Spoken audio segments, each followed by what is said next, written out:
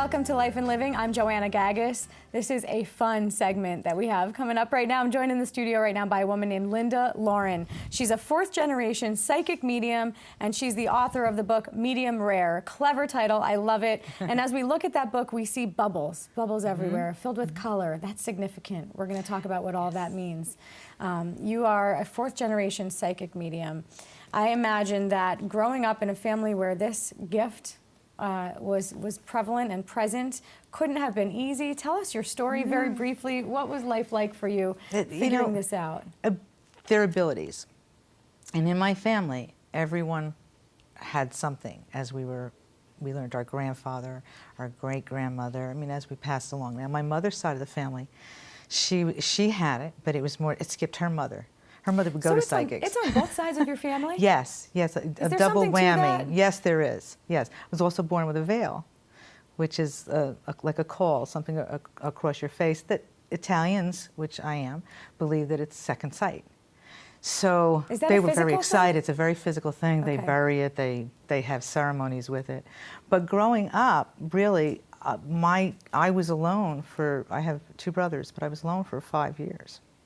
And in that time period, my parents really nurtured any kind of things that were happening to me because I was starting to see colors. I would see bubbles coming out of people's mouths. Were you telling people that you were seeing it? I was telling my grandmother who lived across the street, and she didn't speak English, and she only spoke Italian.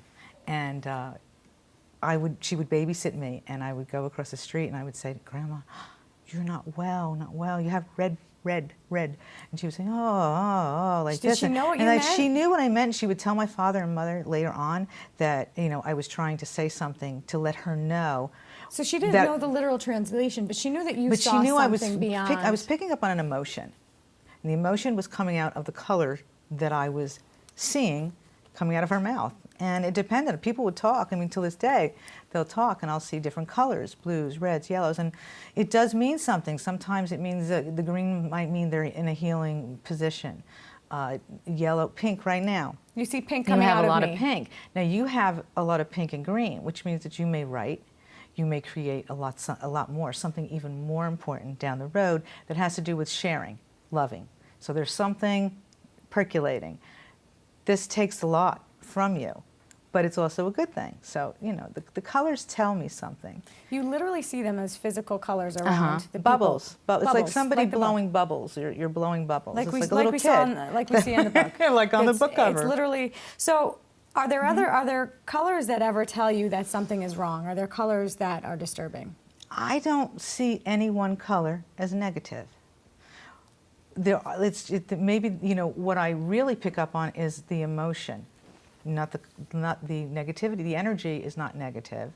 It's more the person and how they're using that energy. So the color's not negative, so it's how they're using that color and combining it with that energy. So black, for instance. Black is not a sad color, which is why I'm wearing it today. It can be a color of protection. When mixed with white, it becomes more festive. It can become something that helps you to connect with other people by filling in the void, filling in the missing blanks. Orange, right now, you're attention getting. So you're like, I want to be noticed, it's important. Somebody who might wear purple a lot, which I do. I do too. Tend to, they're intuitive. So they are likely to be very much in their mind and in their creative process on a regular basis. Does a person have to be receptive to this for you to get a reading? No. You can see it on anyone? Yes. Has that been a challenge for you over the years? Yes. Yes, the challenge, though, is to not have people bother me after a while. Okay. I mean, I always like to be giving blood. Right. And to have the women sit down and read your occupation. Sometimes I just change to author or something because you just don't want to talk about it. Well, we could, yeah. I mean, suddenly they want a reading, right? And I can't help it because as they're talking, things are coming out, and I've had experiences like that. I'm sure everyone knows the show, The Long Island Medium. Teresa sees people, sees past lives. She sees people who have passed on. And will sometimes call someone out and say, excuse me, do you mind if I talk to you? And, your grandfather is saying that, whatever the thing is. Do you ever conduct yourself that way? And what is your feeling about that? In private. I am more than willing to do psychic readings, color and energy readings, anything like that, handwriting, that kind of thing, on television or like that, I don't mind. But when it comes to medium, the other side, that is just not something that I feel should be shared with the general public. It's personal, it's private, and that makes the show about me and not about you. Right. And you're the one who needs the help. You're the one who needs to speak to the other side. You're the one who needs the message. You're the one grieving, not the audience. Can we do this handwriting sample? Yeah, I wish we would. I would love to see this one. So I'm going to sign my name. I don't know what I'm signing away and what this will tell you about myself, but you can get a reading about, what is this, my character? Well, it'll tell me a lot about what's going on right now with you in terms of your immediate energy into the next 3 weeks to 3 months. Okay, and hopefully nobody is watching saying that they want to... you want me to... they're going to steal my handwriting. This? Okay. This won't use on bank statements, on checks, I mean. Look at this. So what does this tell you about? Well, it's interesting. You look at the glass half full, so you tend to be more optimistic. But, don't mind me saying this, be careful of people psyching you out, because you're the kind of person, even the way you wrote it, look at the down slide. Okay? You really rise to the occasion. You're up and then you're down. And you really try to fix things. What you have to seek right now is balance, because there are a lot of new directions that are coming your way, a lot of new things. There's decision-making time and possibly relocation. Interesting. So Very there's movement, interesting. lots of movement. Okay.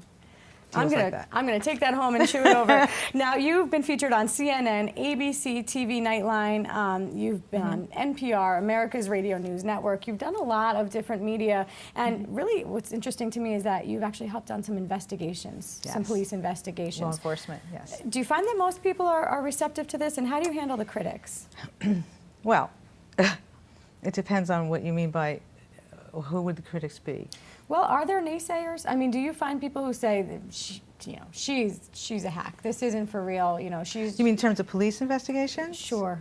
I've never personally come across that, and I think the reason for that has a lot to do with the fact that I'm sought out, I don't seek. So if someone is in law enforcement and they need assistance and they call upon me, they'll give me a file and we will work together on a case. It's not something I publicize. So naysayers, who would they be? Right. The family of the person looking for a lost child, or someone who's looking for a serial killer? I mean, who would that be? I'm not doing it publicly. I'm not doing it with publicity. I'm doing it privately with law enforcement. You're doing it because you want to help? I'm doing it because I want to get results for people.